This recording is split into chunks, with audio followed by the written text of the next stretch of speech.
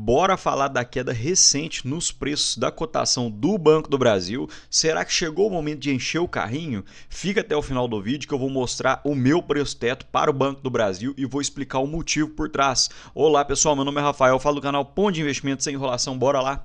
Vídeo puramente educacional e informativo, não recomendação de compra. E só a título demonstrativo, no último mês, o Banco do Brasil teve uma queda de 16,67%, porém olhando no pico desde que saiu os resultados do primeiro TRI de 2025, o Banco do Brasil já amarga uma queda de 19,22%. E aqui eu quero mostrar a visão do gestor da Mantaro para o Banco do Brasil. A reportagem pergunta se o Banco do Brasil errou ao focar tanto no agronegócio. E o Pedro Gonzaga responde que não foi um erro estratégico focar no agro. Isso faz parte da essência do Banco do Brasil. O problema foi a política de crédito adotada, visto que no momento que houveram safras muito boas, o Banco do Brasil afrouxou as decisões de crédito, ou seja, estava dando muito crédito para o produtor rural sem tantas garantias. E com a reversão da renda do produtor rural, ou seja, em momentos de baixa na produção rural, os financiamentos deixaram de caber no caixa. Então houve muita inadimplência no agronegócio. E eu vou mostrar para vocês por que isso impacta tanto o Banco do Brasil. E essa queda atual foi tão brusca que o Banco do Brasil hoje tem um valor de mercado bem menor do que o Bradesco. Hoje o Bradesco vale em torno de 160 bilhões na bolsa, enquanto o Banco do Brasil vale em torno de 135 bi, visto também que o Bradesco teve uma alta recente de mais de 13%. Falando um pouco sobre o Banco do Brasil, ele atua em diversos negócios, ele tem 100% da BB Asset, 100% da BB Consórcio, 66,26% da BB Seguros, e eu gosto sempre de deixar o disclaimer que o contrato de exclusividade entre o Banco do Brasil e a BB termina em 2033.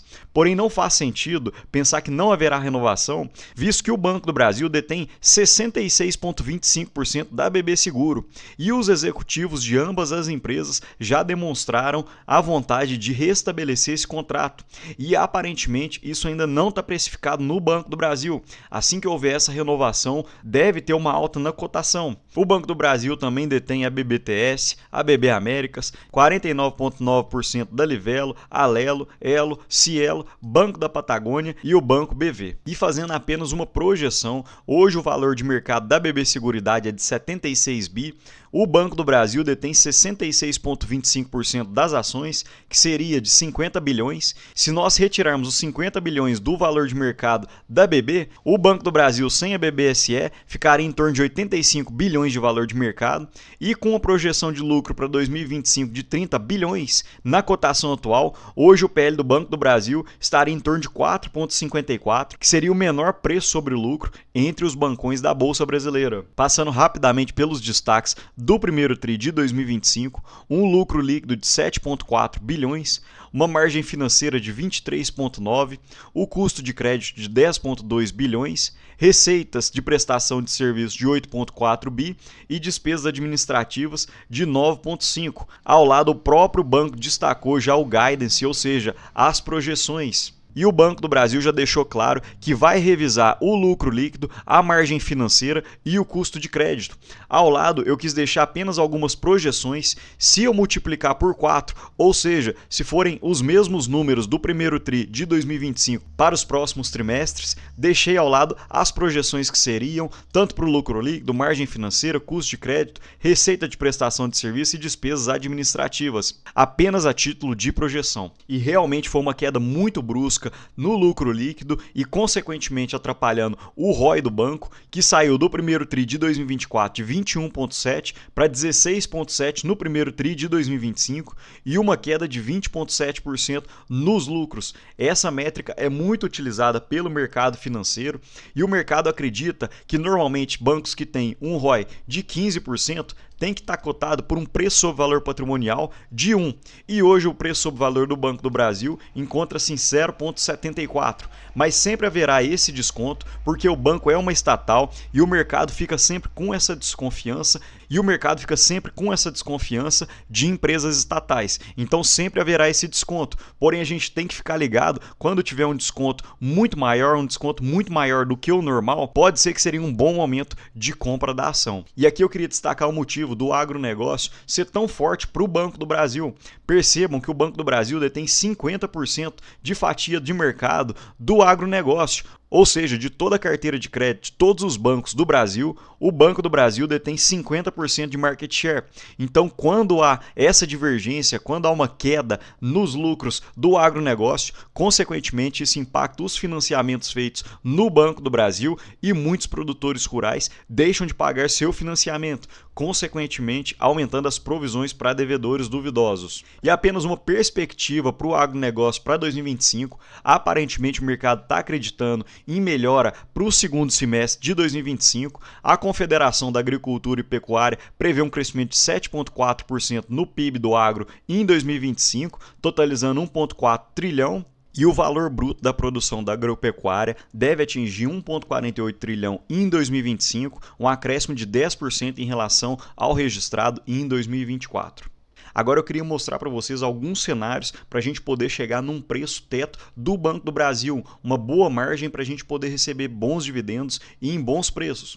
Hoje a minha planilha pessoal, a cotação do banco está em torno de 23,74, com o lucro projetado de 29 bilhões, o PL estaria de 4,69, um desvio de 27% às médias dos últimos 10 anos e com um payout de 40%, hoje o dividendo do Banco do Brasil deve girar em torno de 8,5%. E o mercado acredita que para o segundo trimestre de 2025, o Banco do Brasil ainda deve ter uma queda, principalmente causada pelo agronegócio, mas no segundo semestre o mercado acredita numa alta, numa melhora do Banco do Brasil.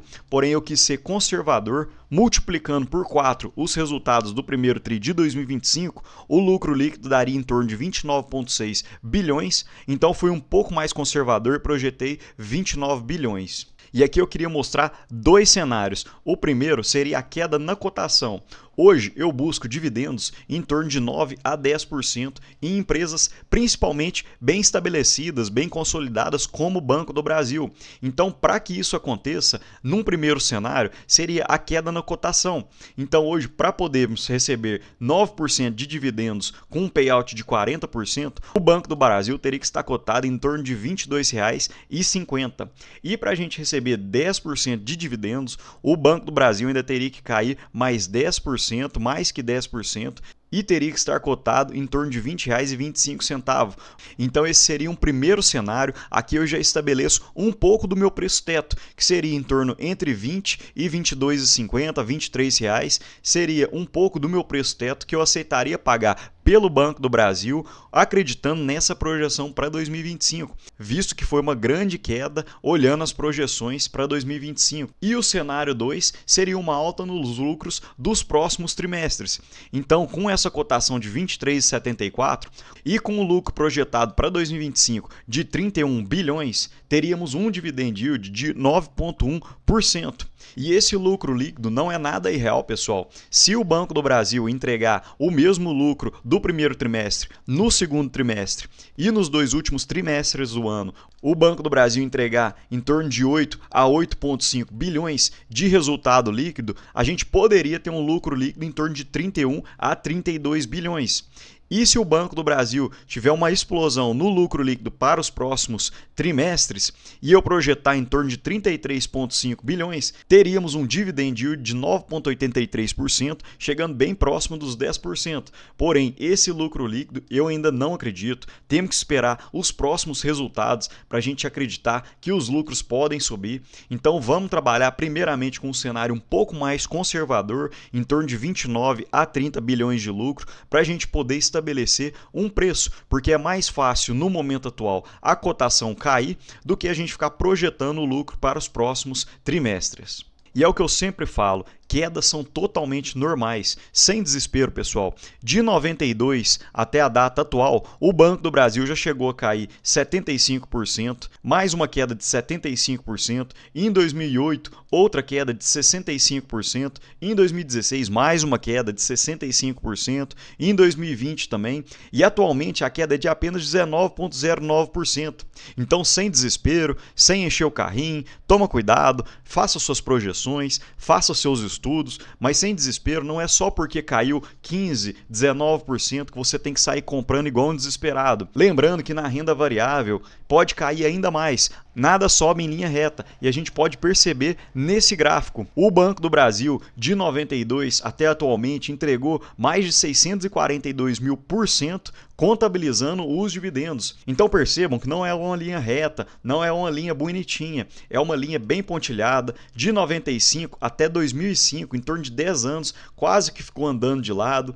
Depois, em 2008 até 2016, foi um moedor de carne, realmente caiu muito. E de 2016 até hoje, também tiveram altas quedas, principalmente na pandemia.